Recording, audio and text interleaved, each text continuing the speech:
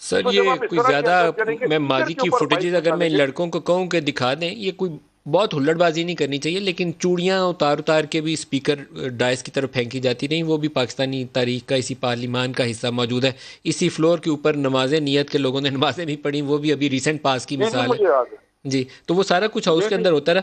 एक और आपसे मैं पूछ लूँ, अभी पीडीएम का सर, इजलास चल रहा है, इस्तीफे तो शायद उनकी सियासत से अब निकल गए, क्योंकि पीपल्स पार्टी वालों को आपने अच्छा इंगेज किया है किसी ना किसी लेवल के ऊपर, आपने या इस्टेब्लिशमेंट ने।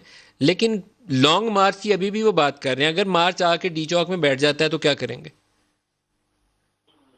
सर वो एक अंग्रेजी में बड़ा एक फनी, एक वो कहते हैं 3 वर्ड्स का एक प्रॉवर्ब है, जीरो सम गेम।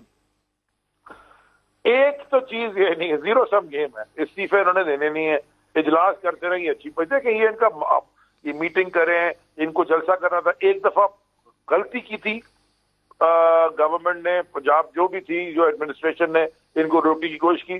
खुला छोड़े, पहले दिन से हम कह रहे हैं। पीएम साहब ने हमेशा कहा है कि जो इनको जमहूरी प्रोसेस है, इनको प्रोटेस्ट करना है, इनको धरना देना है, इनको असेंबली में खुला इनको करने दो।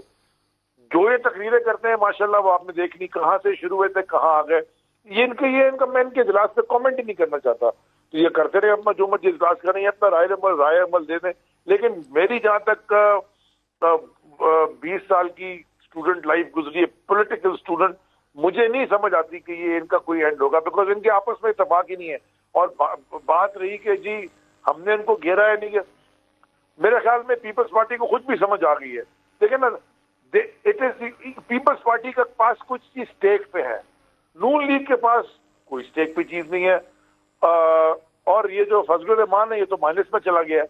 पीपल्स पार्टी के पास एक पूरा सूबा है जिसमें वो हुकूमत कर रहे हैं, और वहां किस तरह की गवर्नेंस कर रहे हैं और क्या हो रहा है, और करप्शन की वो एक अलग, वो इनकी एक, दे आर मिल्किंग द, वो कहते हैं ना वो एग दैट, वो जो goose that Lay's the golden egg, वो उनके पास बैठा हुआ है। कराची सूबे का हिस्सा है, वहां इनकी अशी लगी हुई है। वो कभी उनके पास तो वो कोई आपको ऑप्शन पीडीएम नहीं से था इसका इसको मतलब है छोड़ना। कोई खतरा नहीं है, मार्च आए या ना आए आपको कोई खतरा नहीं है इस बात मैं से? आपको ऑनेस्टली बात बताता हूँ, हम्म। मुझे पहले दिन से और आज तक, और आप अच्छा, एक होती है ना जाति, एक होता I am here because I am a federal minister. तो मैं, वैसे तो आपने नहीं मुझे बुलाना होता ना, तो लेकिन मुझे ये कहने थे कि जाती तौर पे मैं पहले दिन से, मैं तो कभी टीवी पे आके इससे बहस भी नहीं करना चाहता।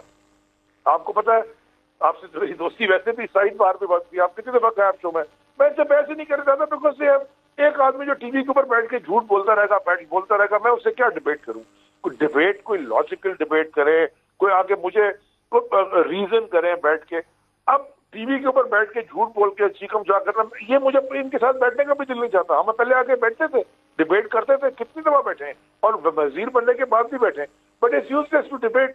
आप मुझे अकेला लेके मुझे क्रिटिसाइज करें, आप मेरी पॉलिसी पे क्रिटिसाइज करें, आप अपने हल अच्छे दें, आप हमें बोले ये गलत हुआ, इसको ऐसे ठीक कर सकते थे, दिस इज, ये बिल्कुल करें।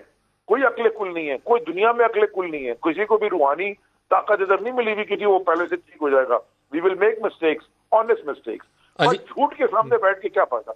और ये पीटीएम ने तो ऊपर से नीचे तक बोला, कब सच है मुझे जरा बता दें।